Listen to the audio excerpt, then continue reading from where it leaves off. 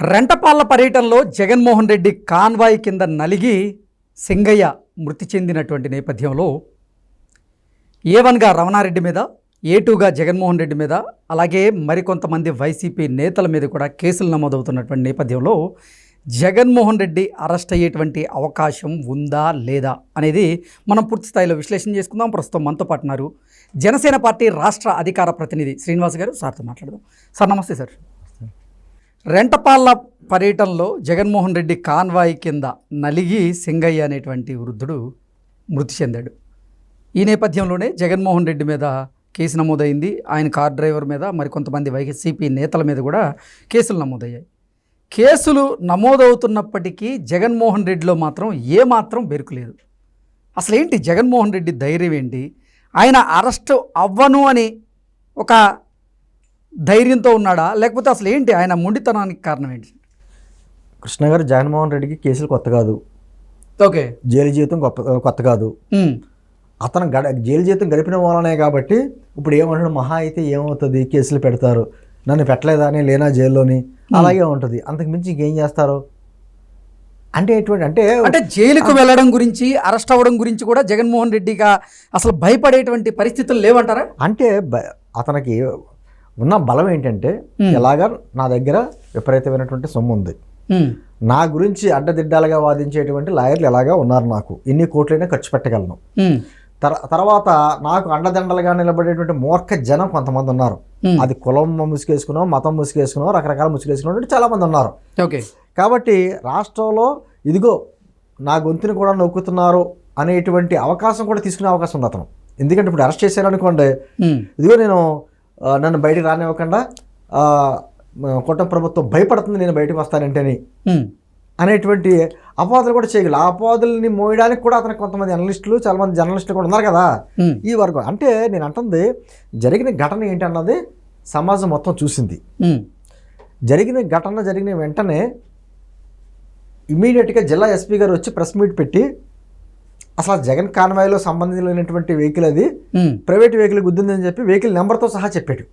Exactly. అంటే దాని తర్వాతే దాన్ని ఆధారంగా తీసుకొని ఇప్పుడు వైఎస్ఆర్సీపీ శ్రేణులు కూడా అంటే జగన్మోహన్ రెడ్డి కాన్వాయ్ కింద నలిగి సింగయ్య మరణించలేదు, అది డీప్ ఫేక్ వీడియో అంటూ వాళ్ళ వర్షన్ వాళ్ళు వినిపిస్తున్నారు. కానీ ప్రభుత్వం మాత్రం ఖచ్చితంగా అది జగన్మోహన్ రెడ్డి కాన్వాయ్ కింద నలిగే సింగయ్య మరణించాడు అంటూ ఆయన మీద కేసులు. అంటే చాలా మంది అన్నారు, జరిగిన ఘటన తర్వాత 3 రోజుల తర్వాత ఎందుకు వచ్చింది వీడియో అని.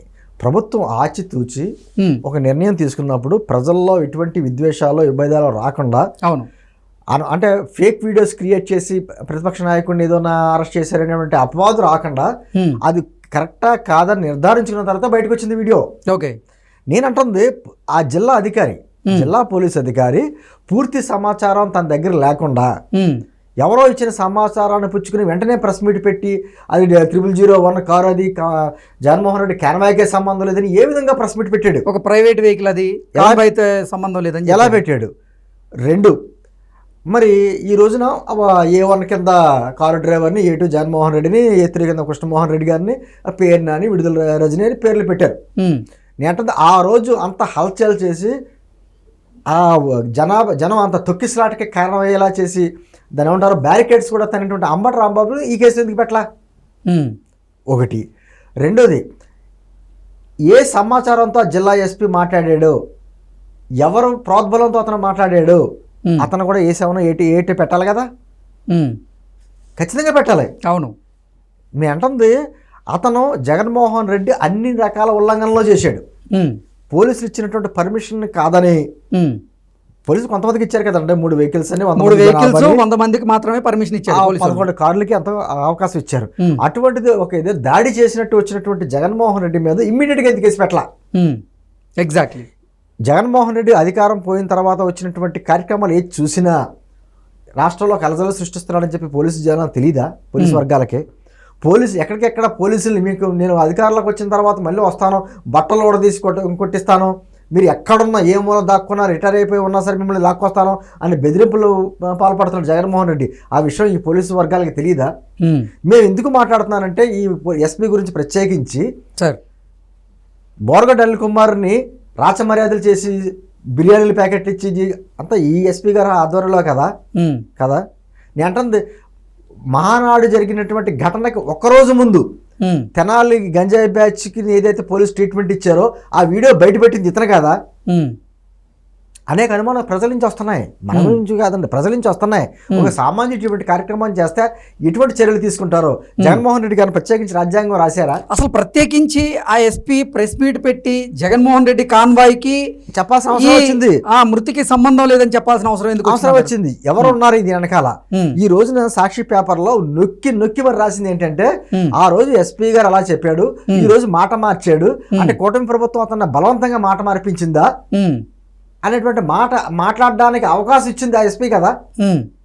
ఒక మనిషి జగన్మోహన్ రెడ్డి కాన్వాయ్ కింద నలిగి ఆ తర్వాత మృతి చెందితే దాన్ని ఏఐ టెక్నాలజీ అని, డీఫేక్ వీడియో అని, అది ఇప్పుడు అంటే బయట చాలా రకరకాలుగా డ్రోన్స్ ద్వారా కానీ లేదా చుట్టుపక్కల తీసిన వీడియోస్ ద్వారా కానీ అక్కడ అనేక సమాచారాలు తెప్పించుకొని ఇది ఫేక్ వీడియో కాదు ఒరిజినల్లే జరిగింది ఇది, అక్కడ ఆ మనిషి పడిపోయిన వెంటనే పక్కన వ్యక్తులు కూడాను హెచ్చరిస్తున్నారు కింద మనిషి పడిపోయి అని చెప్పేసి అని ఇవన్నీ నిర్ధారించిన తర్వాత ఈరోజు వీడియో రిలీజ్ చేయడం జరిగింది. నేను అంటుంది మీరు అడిగారు ముందు క్వశ్చన్, మరి జగన్మోహన్ రెడ్డి అరెస్ట్ చేస్తారా లేదా అని.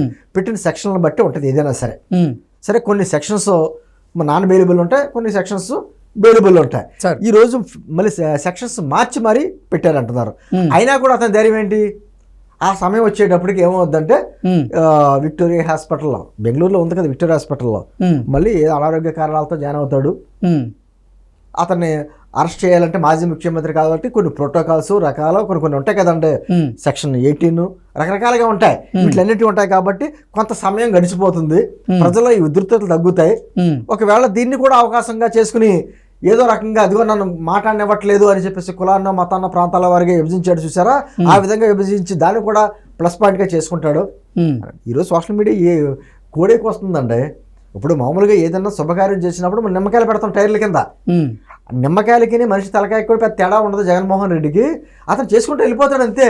అతను పలకరించిన విధానం ఎటువంటి వ్యక్తిని పలకరించాడు? ఒక గంజాయి బ్యాచ్ని పలకరించాడు. ఆ తర్వాత వచ్చేమో ఈ బెట్టింగ్లో ఆత్మహత్య చేసుకునే వ్యక్తికి విగ్రహావిష్కరణ చేశాడు. అతను బయటకు ఒక శవాన్ని పలకరించడానికి బయటకు వస్తే 2-3 శవాల కింద మార్చేస్తాడు జగన్మోహన్ రెడ్డి. ఆ విషయం పోలీసులు తెలియదా? నేను పదే అతను పోలీసు నిబంధనలు ఉల్లంఘిస్తున్నప్పుడు అతనికి పర్మిషన్ ఎలా ఇస్తున్నారు మీరు? నేనేమంటున్నానంటే ఇటువంటి అరాచక వ్యక్తుల్ని, ఇటువంటి సంఘ విద్రోహ వ్యక్తుల్ని ఈరోజు ఏడాది పాలన ముగిసి ఈరోజు మీటింగ్ పెట్టుకుంటున్నాం మనం. ఈరోజు పారిశ్రామికవేత్తలు అడుగుతున్నారు ఖచ్చితంగా మేము వచ్చి పెట్టుబడులు పెడతాం, మళ్ళీ జగన్మోహన్ రెడ్డి వస్తే మా పరిస్థితి ఏంటని అడుగుతున్నారు. మేము పక్కన భరోసా ఇస్తున్నాం. కానీ అతను ప్రత్యేకించి రాష్ట్రంలో శాంతి భద్రత విఘాతం కనిపించేలా కార్యక్రమం చేస్తున్నప్పుడు అతను ఎందుకు రాష్ట్రంలో అడుగు పెట్టకుండా బహిష్కరణ చేయకూడదు? రాష్ట్ర బహిష్కరణ చేయాలి జగన్మోహన్ రెడ్డిని ఖచ్చితంగా. ఎందుకు చేయాలంటే అతనికి ప్రాథమిక హక్కులు ఉంటాయి కదండి, అతనికి ఇచ్చినటువంటి హక్కులన్నీ ఉల్లంఘించారు. సార్, వైఎస్ఆర్సీపీ నేతలు ఒకరి తర్వాత ఒకరు వైకాపాని ఇప్పుడు వీడేటువంటి పరిస్థితి అయితే ఉంది. చాలామంది వైఎస్ఆర్సీపీ నేతల మీద వరుస కేసులు అయితే నమోదవుతూ ఉన్నాయి. వైసీపీ అధినేత జగన్మోహన్ రెడ్డి మీదే కొన్ని కేసులు ఉన్నాయి. ఇప్పుడు కూడా ఈ మృతి కేసులో ఇప్పుడు ఆయన కూడా ఏటుగా ఉన్నారు. ఏమవుతుంది కృష్ణ గారు? 38 కేసులు ఉన్నాయి. అంటే ఇన్ని కేసులున్నా జగన్మోహన్ రెడ్డి ధైర్యంగా ఉండడానికి కారణం ఒకటి, మనకి వ్యవస్థల మీద నమ్మకం, అతనికి వ్యవస్థలో ఉన్న లోపాల మీద నమ్మకం. రెండింటికి చాలా తేడా ఉంది. బాగా డైలాగ్ ఉంటుంది sir, both are not same అని. అలాగా అతనికి వ్యవస్థలో ఉన్న లోపాలను ఏ విధంగా ఉపయోగించుకోవాలో అతనికి తెలుసు. 13 సంవత్సరాలు బట్టి బెయిల్ మీద తిరుగుతున్న వ్యక్తి, 3,000 పైగా కోర్టు వాయిదాలు ఎగ్గొట్టిన వ్యక్తి, అతనికి తెలుసు. ఎందుకంటే అతని మనస్తత్వం ఏంటనేది మనకు పర్టికులర్గా అతను మాట్లాడితే ఏమన్నాడు, నేను సినిమా చూపిస్తానంటున్నాడు. జగన్మోహన్ రెడ్డి చూపించే సినిమా ఇదే, రక్త చరిత్ర చూపిస్తున్నాడు. జగన్ 2.0 అంటే ఇదే. అతను చాలా క్లారిటీగా ఉన్నాడండి. నేను వస్తే ఇటువంటి విధ్వంసం చేస్తాను, నాకు పాలన అధికారం కోల్పోయాం కానీ మా ఉన్మాదం మేము కోల్పోలేదు, ఉన్మాదాన్ని కంటిన్యూ చేస్తున్నాం. ఈరోజు అతనికి సంబంధించినటువంటి వ్యక్తులు కత్తులతో డ్యాన్సులు చేస్తే వీడియోలు బయటకు వచ్చినాయి కదా. నిన్న రక్తంతో జగన్మోహన్ రెడ్డి ఫ్లెక్సీకి రక్తాభిషేకం చేశారు. అంటే మనం ఎక్కడున్నాం? ప్రజాస్వామ్యంలో ఉన్నామా? ఆంధ్రప్రదేశ్లో ఎప్పుడన్నా చూసామా ఇటువంటి చరిత్ర? ఎక్కడో బీహార్లోని మారుమూల ఆటవిక సామ్రాజ్యాలు ఉంటాయి, అక్కడ జరిగినాయి. ఆంధ్రప్రదేశ్లో ఇప్పుడు జరగలా, తెలంగాణలో ఇప్పుడు జరగల, మన రాష్ట్రాల్లో ఇప్పుడు చూడాల. అటువంటిది జగన్మోహన్ రెడ్డి ప్రత్యక్షంగా పదే నిరూపిస్తున్నాడు. నేను వస్తే ఇలాగ ఉంటుంది, నేను వస్తే ఈ విధంగానే చేస్తానని చెప్తున్నాడు. అతను నేను అంటుంది ఈ వ్యవస్థకి ఏమైపోయినాయి అంటున్నాను. ఎవరు మిమ్మల్ని ఆపుతున్నారు? మీకు ఇంకా జగన్మోహన్ రెడ్డి దాని అంటారో మాయలోంచి బయట రాలేకపోతున్నారా? Okay. ఎవరు ప్రభావాలు చూపిస్తున్నాయి మీకు? నేను అంటే ఖచ్చితంగా ఈ కేసులో ఆ జిల్లా ఎస్పీని కూడా ఇన్వాల్వ్ చేయాలి. మొహమాటం లేదు దీంట్లో చెప్తున్నాను. నీకు ఏ సమాచారం ఇచ్చుకుని ప్రెస్ మీట్ పెట్టి చెప్పగలిగావు? ఆ వెహికల్ ఎవరిది? ఆ 000 ఉన్న వెహికల్ ఎవరిది? ఈ రోజు మళ్ళీ నీకు సమాచారం తెప్పించి ఈ విధంగా మాట్లాడు. నువ్వు జిల్లా స్థాయి అధికారి, ఇష్టం వచ్చినట్టు ప్రెస్ మీట్ పెట్టేసి మాట్లాడేస్తావా? ఆ మాట్లాడడానికి ఏ ప్రభావాలు చూపించిన నీ మీద కూడా ప్రజలకు సమాధానం చెప్పుకోవాలి కదండి. అతను చెప్పుకోకపోతే కూటమి ప్రభుత్వం మమ్మల్ని మీలాంటి వాళ్ళు అడుగుతారు కదా, ఇంత స్వేచ్ఛగా అతను దౌర్జన్యాలు చేస్తున్నా మీరు ఏం చేస్తున్నారో, మీ గవర్నమెంట్ ఏం చేస్తుంది అంటే గవర్నమెంట్ లో భాగమే కదా అతను. గవర్నమెంట్ కి సంబంధం లేకుండా అతనే ప్రెస్ మీట్ పెట్టి ఎలా మాట్లాడతాడు? సమాచారం ఇచ్చాడా? హోమ్ మినిస్టర్ కానీ డీజీపీ గారి కానీ సమాచారం ఇచ్చి, ఎందుకంటే జరిగిన ఘటన మాజీ ముఖ్యమంత్రి గారి పర్యటనలో జరిగింది. అలవకగా నోటికొచ్చిన మాట్లాడతాక లేదు. అంటుంది ఇవన్నీ కూడా చూస్తుంటే ఇప్పుడు చనిపోయిన వ్యక్తి దళితుడు మాట్లాడితే దళిత సంఘాలు బయటకు వచ్చేసి జబ్బలు చర్చుకుంటాయి కదా. అసలు జగన్మోహన్ రెడ్డి నా ఎస్సీ నా ఎస్టీ నా అతను ఏదో మాట్లాడారు. ఇప్పుడు ఒక ఎస్సీ వృద్ధుడు చనిపోతే ఆయన గురించి పట్టించుకున్నటువంటి దాఖలాలు లేవు. ఈ దళిత సంఘాలు ఏమైపోయినాయి? వాళ్ళ కుటుంబాన్ని పరామర్శించినటువంటి దాఖలాలు లేవు. పైగా క్రిస్టియన్ అతను, క్రిస్టియన్ సంఘాలు ఏమైపోయినాయి? ఎవరో ఒక వ్యక్తి తాగుతా ఇక్కడి నుంచి రాజమండ్రి వెళ్ళి చనిపోతేనే దాని వెనకాల పెద్ద పెద్ద వాళ్ళందరూ వచ్చేసారు కదా, సంఘాలన్నీ వచ్చేసినాయి కదా. క్రిస్టియన్ కాదా, పేదవాడు వృద్ధుడు కాదా, పేదవాడు కాదా? పేదవాడు కాబట్టి నోరు లెగుతులేదా?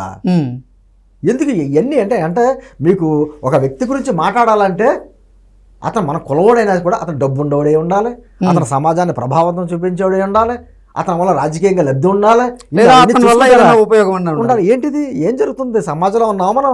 అడవిలో ఏమన్నా ఉంటామా? ఎక్కడ ట్రైబల్స్ ఏరియాలో అంటే ఆటవిక తెగల మధ్యలో గొడవలు ఉంటాయి. అటువంటిది ఏం కాదు కదా, ఇది ప్రజాస్వామ్యబద్ధంగా ఉన్నాం కదా. ఏంటంది ఇవన్నీ క్వశ్చన్ మార్క్స్. ఖచ్చితంగా అందరి మీద కఠిన చర్యలు తీసుకోకపోతే అంటే న్యాయం అన్నది పెద్దవాళ్ళు తప్పు చేస్తే ఒకలాగా, చిన్నవాళ్ళు తప్పు చేస్తే ఒకలాగా ఉంటాయా అనేటువంటి సమాజంలో ఇటువంటి ప్రశ్నలు వచ్చినాయనుకోండి, సమాజానికి ప్రమాదం. అది ఈ డబ్బుండి అధికారంలో ఉంటే ఏదైనా చేసేయచ్చు అనేటువంటి భావన ప్రజల్లో కలగకూడదు. దాని తగ్గట్టుగానే వ్యవస్థలు నడుస్తాయి అనేటువంటి వచ్చిందనుకోండి, సమాజానికి ప్రమాదం. కాబట్టి ఎప్పటికైనా చిన్న పెద్దని కాకుండా జరిగింది తప్పా కాదా, ఆ వీడియో కరెక్టా కాదా, దాంట్లో ఎవరి ఇన్వాల్వ్మెంట్ ఉందా లేదా, అన్ని ఆధారాలతో తీసుకొచ్చి ఖచ్చితమైనటువంటి చర్యలు తీసుకోకపోతే మాత్రం నేను కూటమి ప్రభుత్వంలో భాగమే, నేను అధికార పార్టీకి అధికార ప్రతినిధిని. మాలాంటి వాళ్ళకి క్వశ్చన్ చేస్తుంటే సమాధానం చెప్పుకోవాల్సిన పరిస్థితి మాకు ఏర్పడుతుంది. కాబట్టి ఖచ్చితంగా సమాధానం చెప్పాలి. అక్కడ ఎవరైతే వ్యవస్థలు ఏవైతే ఇన్వాల్వ్ అయినాయో అన్ని సమాధానం చెప్పాలి. జరిగిన తప్పుకి ఎవరైతే బాధ్యులో వాళ్ళ మీద కఠిన చర్యలు తీసుకోవాలి. Okay sir, thank you so much.